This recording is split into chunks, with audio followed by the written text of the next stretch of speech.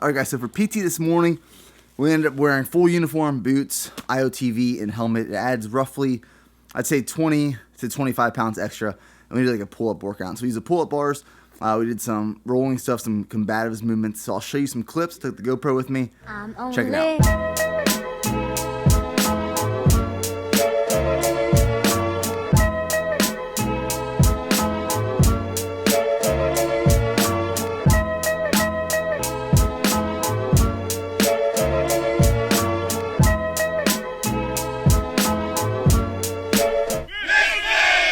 One of the most important things to me is time.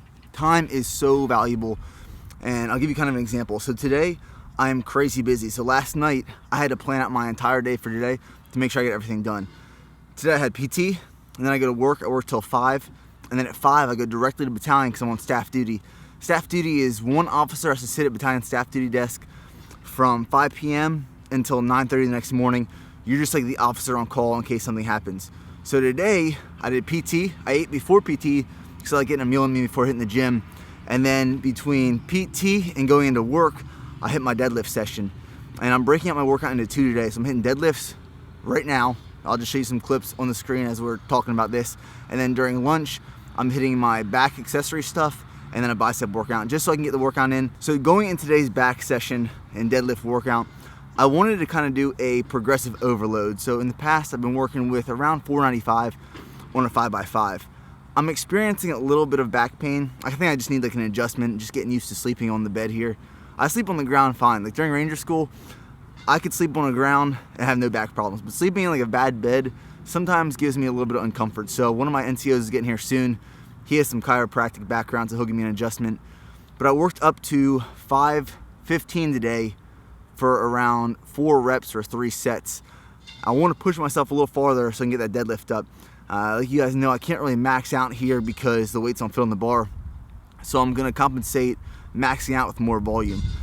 So one of the biggest tips I want to point out to you guys that I think I'm pretty good at, and I've worked a lot on in the past and have made huge improvements in my deadlift, is focusing on my hips not shooting up prior to pulling that weight. So if you really focus on pulling the slack out of the bar, that'll help out tremendously, like no other. So that's today's morning workout, going into work right now. I've been using Twitter more often, so if you guys want to follow me, my username is in the description box below. The reason I bring this up is because I was listening to a podcast last night on the topic of branding. I tweeted something out really quick, and the platform is good for me just to get quick things out. I like using Snapchat to kind of take you around my life, YouTube for these kind of videos, Instagram for pictures, but Twitter has a pretty good niche, I think, in social media. So I was listening to branding last night and the topic of it, and then I kind of used it today at PT. So branding, what do people think of you? What do you represent? What do you stand behind? I was using it to look at people, soldiers, and I was thinking, what is my initial reaction about these people? So there were 2 extremes. The one person I looked at, and I thought, this guy always quits on runs. That's why I will always remember this dude. And then I was looking at another NCO, and I was thinking, this guy's my bulldog. Like, he's my strongest guy. I can give him any task I want. He will always get it done, like 100%. He's my bulldog, and I will always remember him by that. If he ever wanted a job and he was coming to look for me, I'd hire him on the spot. So what I'm trying to convey to you guys is, if you're a company owner, you're a CEO, you're a startup, you're an individual, you're like a student, anything, branding is huge. What do people think when they look at you? What do you stand behind? What do you represent? What I'm trying to tell you is, what does my company represent? What am I trying to do with Bear Performance Nutrition? And this was my biggest failures the first 2 years of running the business. I thought of so many options of ways to sell and different targets I wanted to reach, but there was never like a strong indication of what my company stood behind. So I'm going to tell you right now. I've worked in 2 completely different spectrums, being a very, very small business owner and then working for the largest corporation in the world, or close to, the United States military. What I've realized is there's pros and cons to both. No matter how large my company gets or any company I do run, I want to run it like a small business. I want personality behind it. I want people to come to my site thinking and knowing that they're buying from me, Nick Bear. Not just Bear Performance Nutrition. Bear Performance Nutrition is just not a name. It's me behind the company. That's why anytime I'm not working, at the office for the Army, I am always on this thing. I am always on my phone interacting with people, whether it's YouTube comments, Instagram, Snapchat. Again, one of my biggest failures when I first started my company, I didn't interact with people. I just wanted to sell things and sit back and let it coast. You need to be involved in whatever you're doing. All these small tips and business tips and life tips that I add are things I'm learning along the way. It's not something I learned a long time ago and that I just have this massive amount of knowledge about this kind of stuff. It's things that I literally learn a day before I talk about in these videos. So I hope you guys take advantage of it. Branding is huge no matter what you do in life. Be proud of what you do and you stand behind.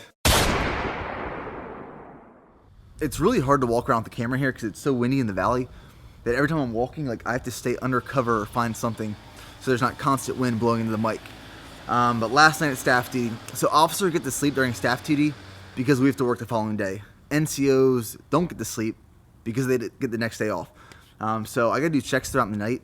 So I got like an hour of sleep here, an hour of sleep there. I was waking up constantly. But I decided to wake up or stay awake the majority of the night because, because of the time difference, when I'm sleeping, people in the United States are awake. And that's the only time to talk to manufacturers. Right now I'm working on a new product, which is like a pump product. And I want to keep it within the $20 range. So we were talking back and forth, trying to decide which ingredients to use, which to exclude to stay within that price range. So just get like a quick heads up, that's what I'm working on right now. Head to the gym during lunch, hit a tricep and chest workout, and then back to work. All right, let's talk variation for a little bit. So I incorporate variation in my workouts all the time when I'm auto-regulated workouts, and I want to go a little more in depth so you guys have a further understanding of what I'm talking about. Variation can be anything from exercise order, choice, rep set schemes, a lot of stuff. It's not always incorporating different movements into your workout, even though that's what I do a lot of the time. So I don't have like a strict workout I'm going to do, a flat dumbbell press, a incline bench press, and then a fly machine for 4 sets of 12 reps every single chest workout. It just changes depending on how I'm feeling. I auto-regulate workouts, and I like switching up, and I don't want to get bored. So how do I incorporate variation? So for example, today, instead of starting with like a flat barbell press, I started with an incline dumbbell press. So that's variation right there off the bat. What I like about variation so much is, for example, I usually start with barbell bench press, and I can handle anywhere from 245 to 275, depending on what kind of rep scheme I'm working with. So today I did an incline dumbbell press, which fatigued my chest a little bit. I broke it down a little bit. I wasn't as strong for the bench press after that. What you really need to focus on then is your actual form so you're not getting injured. And then just to finish off the workout and get a little bit more volume in, I did just cable flies. I went up to 7 sets with that, keeping it pretty light just to get, like I said, more volume in, a better pump, more blood flow going to those muscles. When I do triceps though, the exercises change almost on like a workout basis. I try to incorporate as much volume as possible and a lot of variation because there's 3 heads of the tricep, and hitting it from different angles just helps with better development. My favorite tricep movement though is the single arm cable push down. The best way to describe how to do this properly is if you imagine there's a line in front of your feet, your elbows and your wrists should stay on that line the entire time. So you're starting up towards your pec and you pull down almost towards your knee. Keeping that angle puts the most pressure, the most threshold and stimulus on that tricep head. And then I finished up the workout with skull crushers, and that's it. I'm only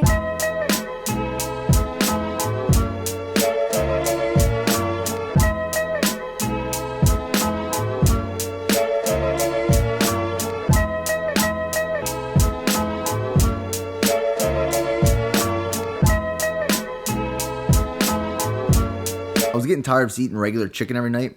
So into the commissary tonight, I wanted to switch it up a little bit. This recipe is inspired by these cornflake breadcrumbs that I found. So I took some chicken, cut it up into slices, dipped it in an egg, and I dipped it in some of the breadcrumbs. And I also used some garlic sea salt, baked it at 400 for about 25 minutes, and I just put some of the Sweet Baby Ray's wing sauce on. This just has 1.5 grams of fat per serving, so 15 calories. So that is the protein source right there. And then the carb source, I've done this before. This turns out awesome. This is just like mashed sweet potatoes. It's probably 12 ounces of sweet potatoes. I threw it in the microwave for about 7 minutes. And then I ate the skin, mashed it up in there with a little bit of sugar-free syrup, some ground cinnamon, and then 2 tablespoons of crunchy peanut butter. So there's something I wanted to bring up in this video, and it's kind of something I've been experiencing lately. I just thought it'd be pretty good to be transparent and talk to you guys about it. And I've been waking up for like the past 6 weeks, just pissed off occasionally, just like really mad at the amount of productivity I've been doing. I don't know if you can hear that helicopter. It's probably my brigade commander.